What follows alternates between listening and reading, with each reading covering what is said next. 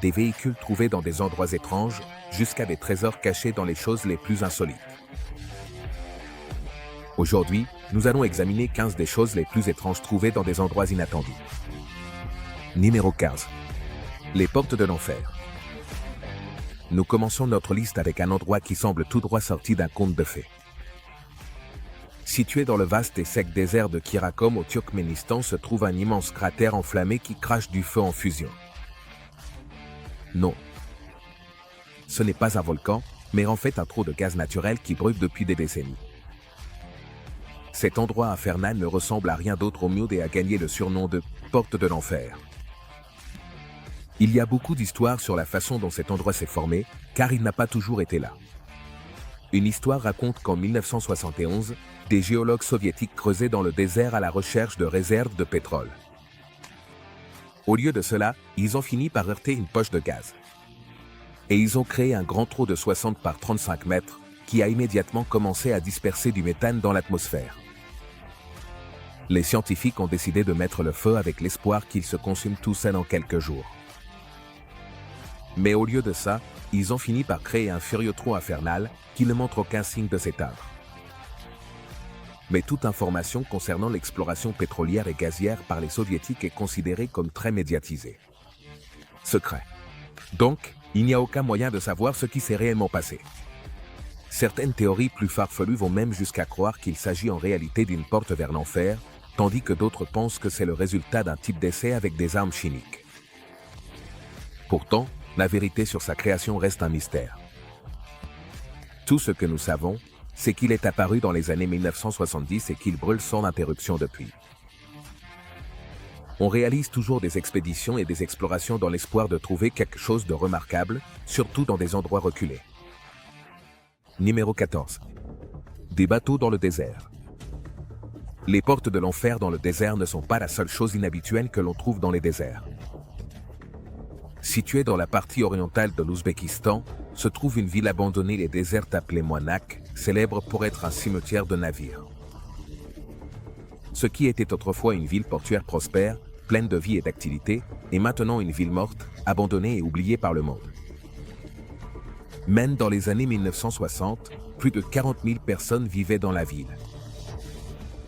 Moynak avait autrefois un port maritime au bord de la mer d'Aral et la ville vivait de la pêche, des bateaux commerciaux et tout le reste. Mais rapidement, tout a commencé à changer, sous les ordres de l'Union soviétique. L'eau du grand lac d'Aral a été détournée pour faciliter la culture du coton, et avec l'augmentation des effets du réchauffement climatique, l'eau a rapidement commencé à s'assécher. La mer d'Aral était le 4e plus grand lac du monde et, en 40 ans, son eau s'est asséchée de 90%, laissant derrière elle une eau salée extrêmement concentrée et anéantissant toutes les formes de vie qui y vivaient. Maintenant, il ne reste que des coquillages et des fossiles dans un désert aride. Pas seulement ça, des centaines de bateaux et d'embarcations ont été abandonnés par les gens quand ils ont commencé à fuir la ville. Sans eau, sans poissons et avec l'environnement toxique créé par l'eau salée asséchée, les habitants se sont retrouvés sans rien pour vivre.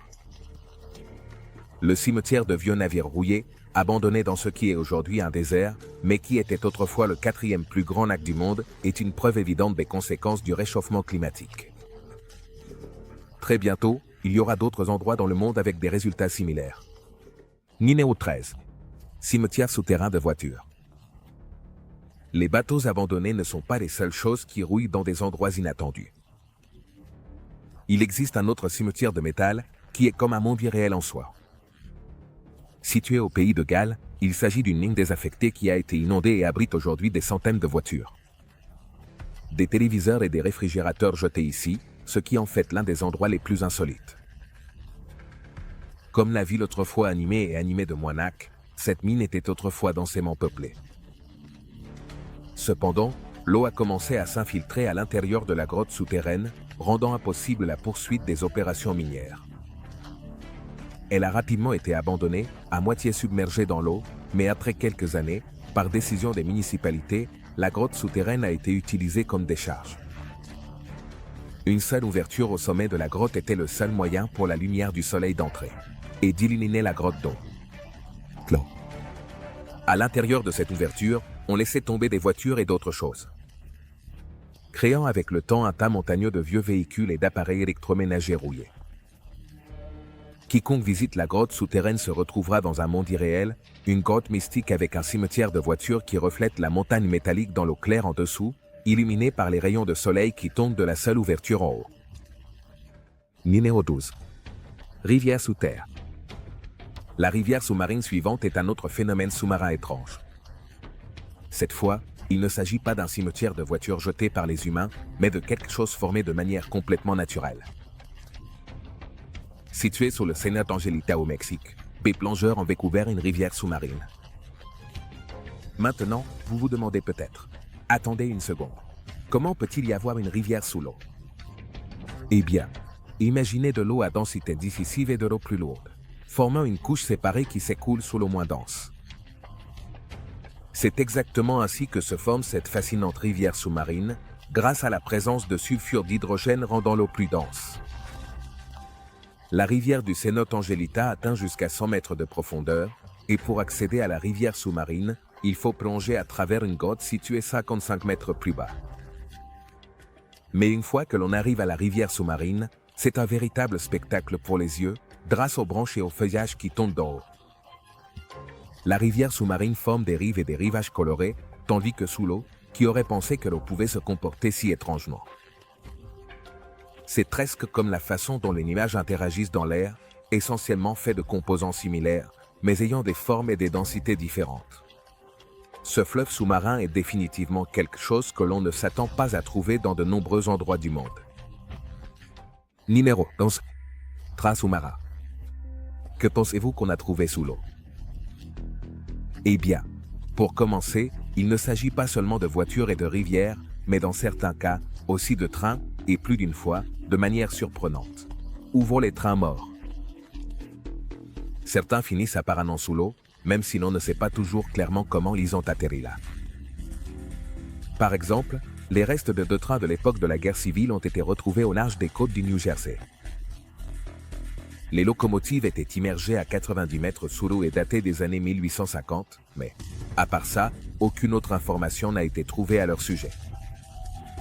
Comment ont-ils fini sous l'eau? Personne ne le sait avec certitude, même si plusieurs théories possibles circulent. À une autre occasion, un YouTuber russe a partagé une vidéo après avoir trouvé un train sous l'eau lors d'une de ses expéditions de plongée. Probablement. Le train a eu un accident et a déraillé du pont au-dessus, tombant dans l'eau en dessous. Un expert en récupération sous-marine du Minnesota a également trouvé quelque chose de similaire. En utilisant la dernière technologie pour scanner la surface sous-marine, Tom Crossman et son équipe ont trouvé le corps d'un train de marchandises qui a déraillé accidentellement il y a plus de 100 ans. Ces résultats sont particulièrement intéressants car les trains ne se trouvent généralement pas près de l'eau. Mais comme nous l'avons vu, dans de nombreux films d'action, il arrive parfois qu'ils déraillent et tombent des ponts, provoquant un accident et laissant derrière des débris et de l'eau froide et sombre. En dessous. Numéro 10. Des tunnels souterrains cachés dans des maisons. On ne peut pas savoir ce que l'on peut trouver n'importe où, n'importe quand, mais quand il s'agit d'une maison, la plupart des gens le font. Il aimerait croire qu'il connaît les moindres recoins de sa propre maison. Mais ce n'est pas toujours le cas, car parfois les gens peuvent finir par découvrir des parties cachées de leur maison dont ils ne savaient même pas qu'elles existaient. Prenons par exemple l'histoire de Freddy Godal, un jeune de 23 ans du Sussex, qui était en train de consulter des photos de 500 ans de son habitation du XVIe siècle. Tout à coup, il se rendit compte qu'il y avait une porte sur la photo dans la bibliothèque, mais une telle porte n'existait pas. Alors, Freddy a commencé à fouiller autour de l'étagère. Et il a vite découvert une porte qui menait à une chambre cachée, qu'il fallait descendre par une échelle. Le tunnel s'étend sur des dizaines de chambres et de pièces, toutes souterraines et cachées de la maison principale. En parlant de véritables chambres secrètes, on suppose que les tunnels étaient utilisés par les serviteurs dans l'Antiquité pour se déplacer dans le complexe sans être remarqués par les propriétaires. Freddy n'est pas le seul à avoir trouvé quelque chose comme ça. Un couple de l'Illinois a découvert une caméra cachée sous leur maison lorsqu'ils ont trouvé l'entrée sous le trottoir. À l'intérieur, il y avait un arc presque en parfait état et un tas de terre dans un coin. Bien que l'on ne sache toujours pas pourquoi le tunnel a été creusé ni qui l'a construit, on pense qu'il a été construit en 1895. On peut cacher tant de mystères juste en dessous de notre maison, c'est fascinant d'y penser. Qui sait? Certains pourraient même renfermer des trésors cachés et d'autres reliques du passé. Numéro 9. Office de whisky de l'époque de la Prohibition. En parlant de trésors et de choses cachées à l'intérieur des maisons, nous avons un autre élément intéressant dans notre liste. Cette fois, il ne s'agit pas de quelque chose qui se trouve sous la maison, mais caché à l'intérieur des murs du foyer d'un couple de New York. La maison a plus de 100 ans et, selon les histoires qu'on leur a racontées, elle appartenait autrefois à un célèbre contrebandier. Mais ils ont pris cela pour une simple légende, jusqu'à ce qu'ils découvrent des réserves de whisky cachées dans les murs de sa maison. Le couple effectuait des rénovations lorsqu'ils ont soudainement trouvé un colis. Sous le plancher, enveloppé dans du papier de foie et des mouchoirs, se trouvait une bouteille de whisky écossais. Étiquetée comme Horsemuble et Gaelic Whisky, une marque toujours disponible aujourd'hui. Curieux, ils ont commencé à chercher dans d'autres endroits de la maison et finalement, ils ont fini par trouver 66 bouteilles de whisky. Centenaires. Toutes n'étaient pas pleines. Certains étaient vides et d'autres à moitié utilisés. L'histoire raconte que le contrebandier faisait de la contrebande d'alcool à l'époque de la Prohibition. Et il les cachait entre les murs et les planches du sol de sa maison. Le couple prévoit de vendre les bouteilles entières de whisky centenaire pour $1000. Chacun d'entre eux générera un bénéfice considérable qui peut largement compenser le coût de la rénovation. Ça montre qu'on ne sait jamais ce qu'on peut trouver caché à l'intérieur d'une vieille maison. Et comment on peut dénicher des choses étranges dans les endroits les plus inattendus. Numéro 8. Un village perdu sous un lac. En 1992, le gouvernement espagnol a décidé d'inonder le village d'Aceredo pour créer un réservoir d'eau grâce à un barrage. Le village a été abandonné et laissé tel quel, et il a été submergé par le stocké. Mais les récents changements climatiques, qui ont provoqué une intense sécheresse et le détournement de l'eau, ont fait que le village est devenu désert. Ressurgit à nouveau des profondeurs des eaux. Les visiteurs affluent maintenant en masse pour jeter un œil à ce site incroyable d'un village fantôme qui a été immergé sous les eaux pendant quelques décennies. Les toits, les maisons et les briques effondrées donnent l'impression d'une scène post-apocalyptique tout droit sortie d'un film. Des caisses de bouteilles de bière s'empilent près de ce qui était autrefois un café et des voitures à moitié détruites jonchent les rues. Ce sont les vestiges d'un village qui s'est perdu dans le temps. La submersion soudaine de ce village englouti suscite des inquiétudes quant au changement climatique. Les sécheresses intenses signifient que bientôt, les rivières et les lacs du monde entier pourraient commencer à disparaître. Et même si nous parvenons à découvrir davantage de merveilles englouties, cela suscite de vives inquiétudes quant à l'état de notre planète. Espérons qu'une ville fantôme desséchée restera un spectacle rare. Et que la plupart des villages du monde ne finissent pas par devenir comme ça à cause des changements climatiques. Pour l'instant, ce village englouti, réémergé du fond d'une rivière, reste un endroit fascinant pour les visiteurs. Numéro 7. Avions abandonnés. Jusqu'à présent, nous avons vu des voitures, des bateaux, et même des trains abandonnés dans des endroits insolites. Mais un type de véhicule manque encore à l'appel, l'avion. Mais n'ayez crainte, dans ce monde fou, rien n'est trop inhabituel. Pas même de trouver un avion abandonné en plein milieu d'un champ. Oui, c'est exactement ce que les visiteurs peuvent trouver. À Bali, en Indonésie, un Boeing 737 abandonné repose à côté d'une carrière de calcaire depuis 2007. Personne ne sait avec certitude comment il est arrivé là. Parce que, bien sûr, il ne s'est pas écrasé là, sinon il y aurait des preuves. La théorie la plus répandue est qu'un homme d'affaires ambitieux avait prévu d'y installer un restaurant. Il aurait donc fait venir l'avion entier pièce par pièce et l'aurait assemblé sur place. Malheureusement, ils ont manqué de budget ou quelque chose d'autre s'est produit, mais le projet n'a jamais été achevé. Aujourd'hui, l'avion reste abandonné pendant des années et devient même une attraction touristique. Étonnamment, ce n'est pas le seul avion abandonné que l'on trouve à Bali. Il y a 2 autres avions désaffectés, l'un à côté d'un magasin d'Inquinte d'ONU et l'autre reposant sur une falaise près d'une plage. L'île est l'une des destinations touristiques les plus populaires au monde et les avions n'ajoutent que plus de choses fascinantes que les touristes peuvent explorer et vivre. Cela dit, le mystère du Boeing 737 reste à confirmer et espérons qu'un jour les propriétaires pourront revenir et finir de créer leur restaurant unique. Numéro 6. Reste d'un bateau sous le sable. Il n'y a pas de fin à toutes les choses fascinantes que l'on trouve enfouies sous le sable sur les plages du monde entier, des bijoux perdus au trésor, des fossiles, et tant d'autres choses différentes. Peut-être l'une des choses les plus fascinantes découvertes ces derniers jours. Ce sont les restes enfouis d'un bateau découvert sur la plage de Floride.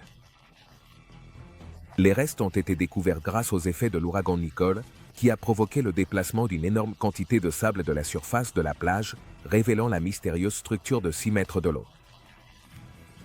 Après quelques analyses, les experts ont conclu qu'il s'agissait d'un navire enfoui sous le sable, et ils espéraient qu'il datait du 19e siècle.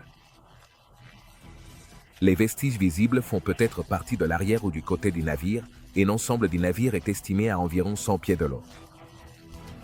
L'équipe travaille actuellement à l'excavation des restes, mais il n'a pas encore été décidé s'ils tenteront ou non de les ramener à la surface. Et cette tentative pourrait le détruire. Tout. Une plus grande excavation pourrait aider à identifier le bateau et ce qui lui est arrivé. Pour l'instant, on suppose qu'il s'agit d'un bateau de charge ou de commerce qui a probablement été victime de pirates ou d'une catastrophe naturelle. Espérons que les archéologues pourront déterrer la vérité et éclaircir l'origine de ce mystérieux bateau. Numéro 5. Trésor caché sous une machine à coudre. On ne peut pas avoir une liste de choses trouvées dans des endroits insolites sans une histoire de trésor caché. Eh bien, en 2004, sur son lit de mort, la grand-mère Jenny Berastro a dit à son petit-fils Karl, « N'oublie pas de regarder sous la machine à coudre. » 3 jours plus tard, malheureusement, elle est décédée. Karl n'était pas très sûr de ce qu'il devait penser de sa déclaration, mais néanmoins, il a regardé sous la machine à coudre de sa grand-mère et a trouvé quelque chose d'incroyable. C'était un tableau d'une femme avec une sorte de chapeau, vaporeux, et y avait été créé par nul autre que le célèbre Picasso. Karl a su plus tard que son grand-père avait acheté le tableau pour $10 à Londres en 1944. Depuis lors, il était bien gardé, enveloppé dans un journal et soigneusement caché à l'intérieur de la machine à coudre. Karl et son frère se sont rendus compte que cela pouvait avoir de la valeur.